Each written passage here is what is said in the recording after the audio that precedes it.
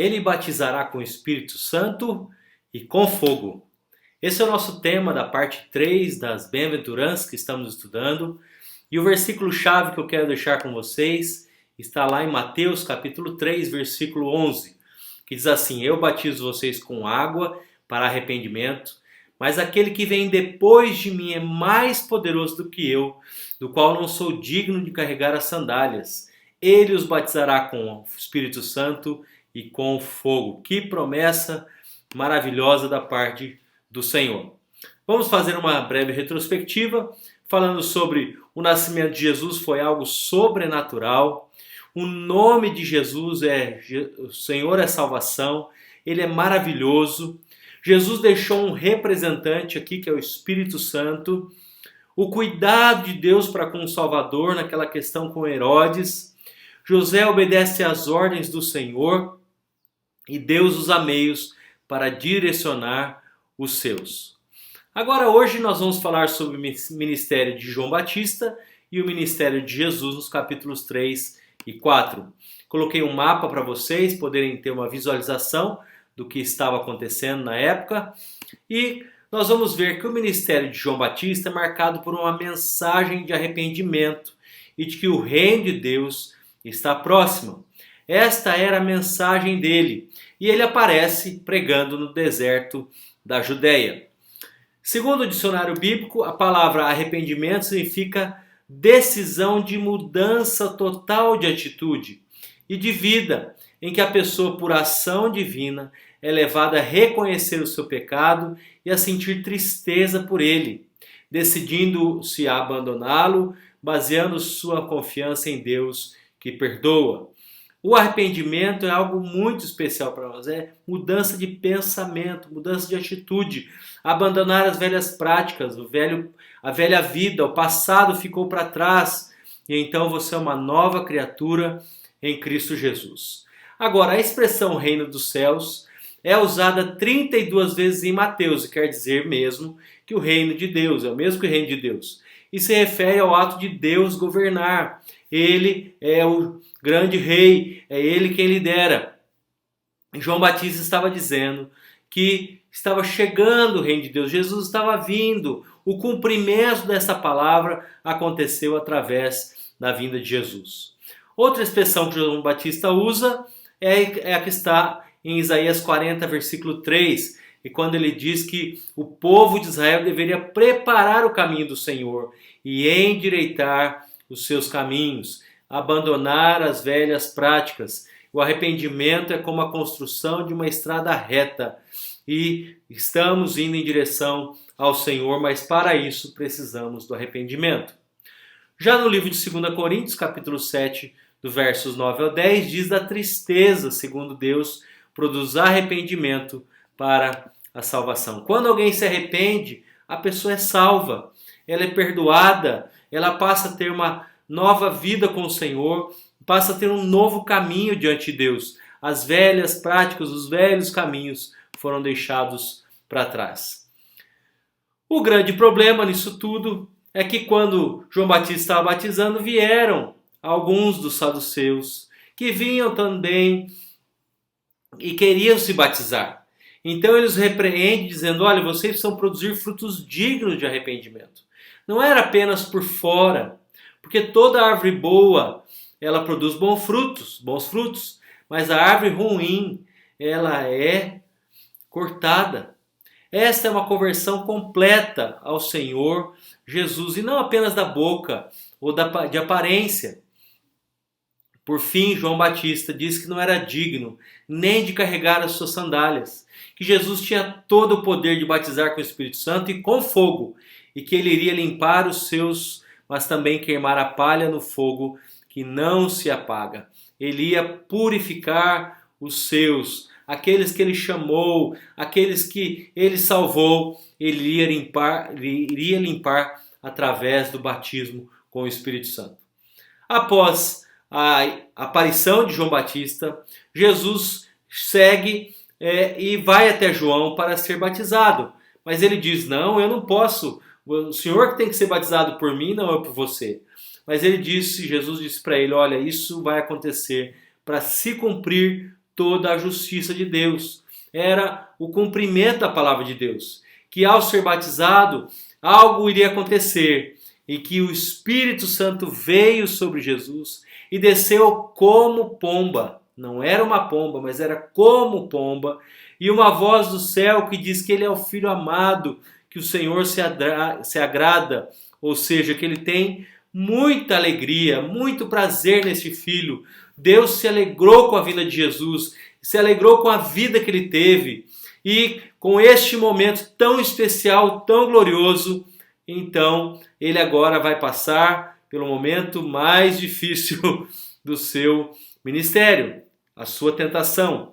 Agora no capítulo 4, acontece a tentação de Jesus pelo diabo. A palavra diabo quer dizer adversário.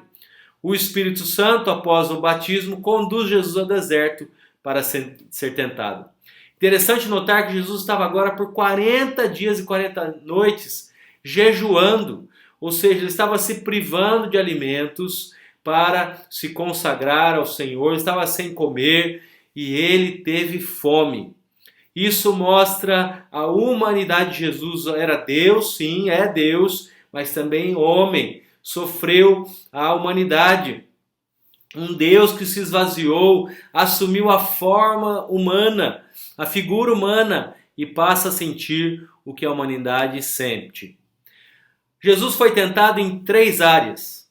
E a primeira área que o diabo tentou Jesus é na sua necessidade básica, ou seja, no alimento. Estar sem comer tanto tempo leva a pessoa a fraquezas e também a comer qualquer coisa, porque há uma necessidade humana do alimento. E o tentador coloca em dúvida a divindade de Jesus. Ele começa dizendo assim: se você é o Filho de Deus, será mesmo que você é o Filho de Deus? E Jesus é o Filho de Deus. E como Filho de Deus, ele tem todo o poder e autoridade para fazer qualquer coisa. Mas ele rebate o tentador dizendo que o homem não vive só de pão, mas da palavra que vem da boca de Deus. A segunda área que o diabo tenta Jesus é na área da confiança, pois ele coloca Jesus no pináculo do templo. O diabo aparentemente acha que está no comando, mas quem conduz é o Espírito Santo. E diz novamente: se você é o Filho de Deus, deveria se lançar do pináculo, que era uma altura de um prédio de cerca de 30 metros, o que poderia causar morte e lesões graves. O tentador diz isso baseado no Salmo 91, que diz que os anjos do Senhor são enviados e iria sustentá-lo nas suas mãos. Então Jesus diz para ele que não deveria colocar à prova o Senhor Deus, ou não tentar o Senhor Deus, pois ele, com isso, haveria um espetáculo, e Jesus não queria glória humana ou fama própria. A terceira área que Jesus foi tentado pelo diabo é na área da vaidade ou ego. A palavra vaidade significa preocupação excessiva em suas próprias habilidades ou atratividade para os outros. Jesus o repreende dizendo que só Deus merece a glória e só Ele deve ser cultuado. Ao se retirar o diabo, vieram anjos e serviram a Jesus. Depois desse episódio, Jesus se retira para a Galileia e vai morar em Cafarnaum, que fica à beira-mar. E Jesus começa a pregar a mesma mensagem de João Batista. Olha que interessante, dizendo para se arrependerem, porque o reino de Deus estava próximo. E ao caminhar próximo ao mar da Galileia, ele vê 2 irmãos, Simão e André, que estavam pescando, estavam trabalhando, estavam na sua atividade normal, corriqueira, do dia a dia. E então Jesus diz para eles seguirem, e que eles não mais pescariam peixes, agora eles pescariam homens. Imediatamente eles obedecem, deixam as redes e seguem a Jesus. Olha que maravilhoso isso. Quando o Senhor chama alguém obedece, há bênçãos espirituais sobre a vida daquela pessoa. Um pouco mais para frente, Jesus vê outros 2 irmãos, Tiago e João, consertando redes, e os chama também. Eles então, deixando o barco, o seguiram, também obedeceram. Há um detalhe muito expressivo aqui que diz que o olhar de Jesus olha para eles. O Jesus está vendo o que estamos fazendo, Jesus está vendo quando estamos servindo, e Ele nos chama para o seguir, pois é Ele mesmo quem vai nos sustentar. Jesus continuou seu trajeto na Galileia, ensinando nas sinagogas. Ele ia para o templo para ensinar. O ministério de Jesus é forte na área do ensino. Ele ensinou, ele pregou, ele curou toda a sorte de doenças e enfermidades. Pessoas eram trazidas e todos eram curados. Grandes multidões seguiam Jesus, pois queriam ver os milagres que ele fazia. Muita gente segue Jesus só por aquilo que ele faz, que ele pode oferecer. Eu gosto de uma expressão que Davi diz que eu não quero que só as mãos podem me dar. Ou seja, o que o Senhor pode me oferecer, mas eu quero te ver, eu quero te contemplar, quero estar na sua presença, eu quero te adorar. E este ministério de Jesus foi muito intenso. Ele foi batizado, ele jejuou por 40 dias e 40 noites, foi tentado, pregou a mesma mensagem que João Batista, arrependimento e proximidade do reino dos céus, chamou discípulos para o seguirem, ensinou nas sinagogas, pregou o evangelho do reino, curou toda a sorte de doenças e enfermidades. Que ministério maravilhoso que é o ministério de Jesus. E além de tudo isso, ele ainda batizou com o Espírito Santo e com fogo. Algumas perguntas para nós pensarmos e refletirmos no nosso grupo. Primeiro, qual foi a marca do ministério de João Batista? Segundo, João Batista anunciou Jesus. Por quê? O que ele faria? Terceiro, por que o diabo é conhecido como ladrão de alegria? Quarto, Jesus ao olhar vê não apenas pescadores, mas Jesus vê discípulos. Como foi o chamado de Jesus para os seus discípulos? Quinto, que tipo de doenças Jesus curou? Sexto, por que as multidões seguiam a Jesus? Agora o versículo para a gente memorizar. Verso 23 do capítulo 4. Jesus percorria toda a Galileia, ensinando nas sinagogas, pregando o evangelho do reino e curando todo tipo de doenças e enfermidades entre o povo. E a sua fama correu por toda a Síria.